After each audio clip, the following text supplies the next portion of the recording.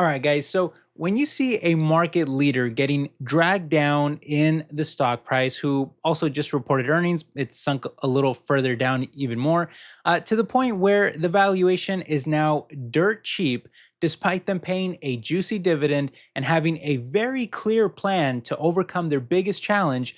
Well, I just think that that's something that you can't really ignore. And so I've been buying this stock heavily myself, and that is the pharmaceutical giant known as Merck, ticker symbol MRK. Now, just pulling up the stock chart here really quick, we can see that while the rest of the market continues to break new record highs, this is a biotech that has been getting absolutely crushed over the past year, having now lost almost 40% of its entire value from the top.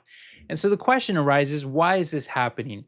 Well, it's actually very simple, and it's usually the same case for most pharma giants out there when you see a big dip like this.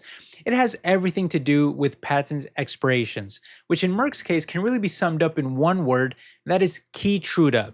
As this is not only Merck's best-selling cancer drug, but it's literally been the best-selling drug in the entire world, generating close to $30 billion in sales last year, even generating close to double or even triple the sales of other popular drugs like Ozempic from Novo Nordisk, Gilead's Biktarvy, Bristol Myers Eliquis, AbbVie's Skyrizi and Humira, and more. As strong as that's been for Merck, though, it's now the source of investors' biggest concern, as the company now faces one of the largest patent cliffs of the industry, with Keytruda itself set to lose patent exclusivity by 2028. See, once that happens, cheaper generic versions of the drug will start to flood the market. It'll send sales of this multi-billion-dollar drug falling off a cliff.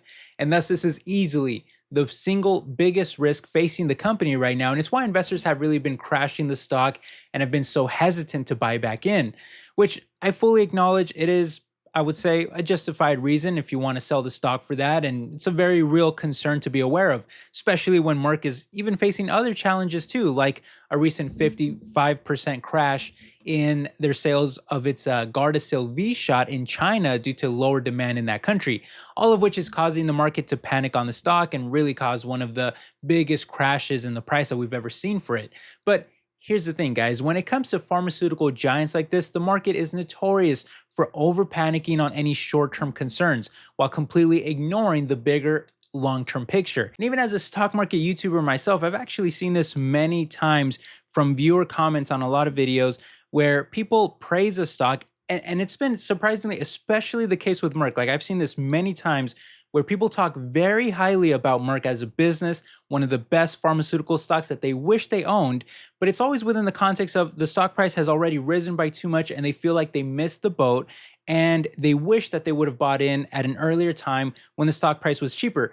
But then as soon as the stock price actually starts coming down, everyone starts to turn sour on the company, start talking about it as if they're going to go out of business or something. And then, as you guess, nobody wants to touch it with a 10-foot pole, and the stock price just keeps going lower.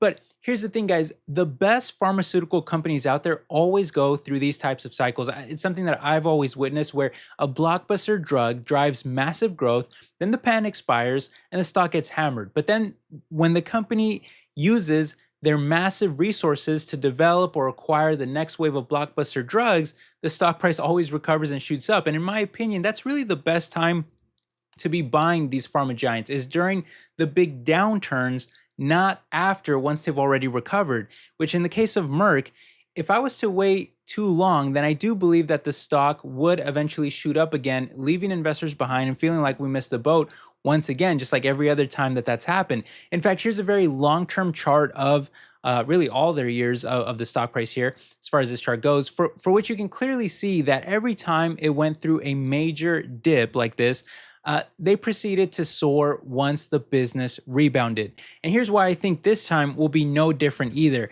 First of all, the stock is lower today than it was over 2 decades ago, leaving their forward PE and PEG ratios about 50% cheaper than the sector median, despite this being one of the clear market leaders.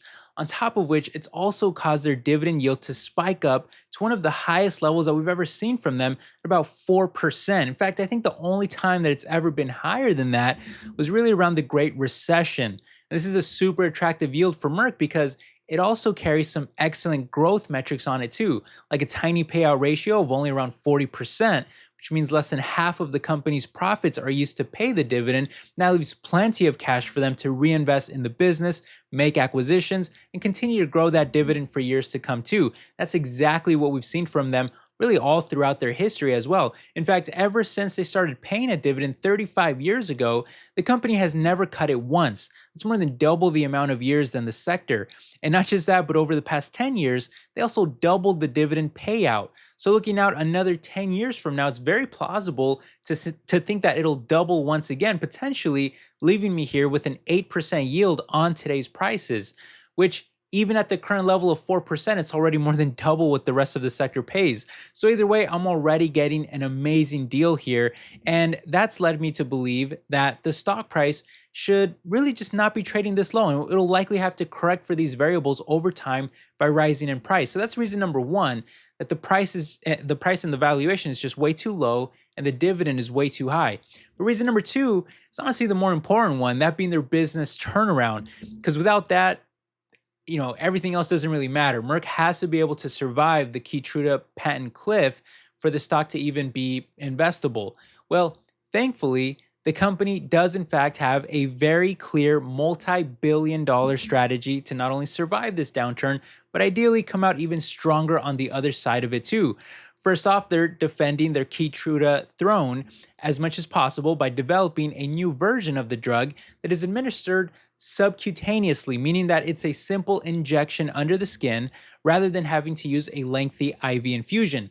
Now, not only has this new version already proven to be just as effective as the original, but it's also much more efficient, drastically cutting down the administration time for doctors and patients, and thus making it much more favorable for them. And the great thing for Merck's business too is that the new formulation should carry patent protection well into the 2030s, thus extending the life of the Keytruda franchise much further than we previously thought.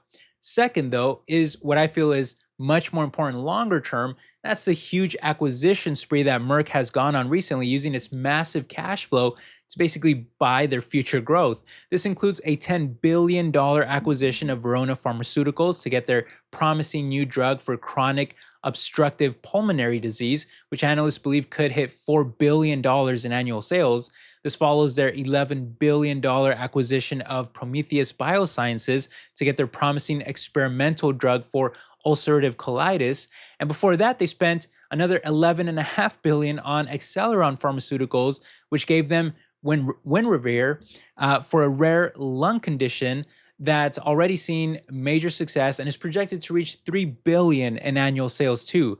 Just those three deals alone represent over $32 billion of investment to help build out their massive pipeline of new drugs that already holds over 50 programs in phase 2 trials, another 30 plus in phase 3, and has tripled its late phase programs since 2021. Even if just a fraction of these succeed, it would be a huge opportunity for new product launches over the next 5 or so years. And thirdly, I'll just quickly mention too that all of these moves to really diversify their portfolio as much as possible is already showing great progress. Last quarter, for example, Welireg sales soared by nearly 30%. Lynparza grew by 15%. Their new V-Shot Capvaxive generated over $100 million right after launch. Vaxneuvance grew by 20%. Winrevair generated over $336 million in sales already after barely just launching last year, with more expansions coming internationally later this year too. And even their animal health segment is starting to ramp up too, growing by double digits and north of $1.5 billion per quarter that it's already generating, which is a meaningful contribution. In other words, these new various products are not only helping Merck diversify, but all of them are really starting to become meaningful growth drivers for them, proving that the strategy is in fact working. And finally, beyond all these moves, something that hasn't gotten quite as much attention, but that I think is just as important, is their cost-cutting initiatives and their tariff mitigations. The former being a massive $3 billion cost optimization plan that will focus on cutting administrative and real estate costs in order to save around $3 billion per year, which they'll then reinvest right back into their research and development pipeline in order to fuel even more growth in the future. while the latter is a multi-billion-dollar investment into new American manufacturing facilities in order to stay ahead of future tariffs and supply chain issues, something that is obviously really important right now given the current landscape.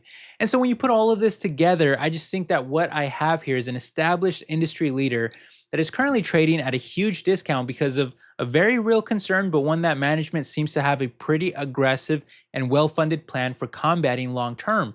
And as such, at this valuation and with this current dividend, there's just no way that I could sit on the sidelines. Merck is a stock that I feel I have to be buying here. But hey, that's just me, my own opinion. What do you guys think? As always, you have to do your own research and make your own decisions, but I'd love to hear your thoughts down below. Is this a stock that you like here? Do you own it, or do you like any other maybe biotech pharma stocks out there?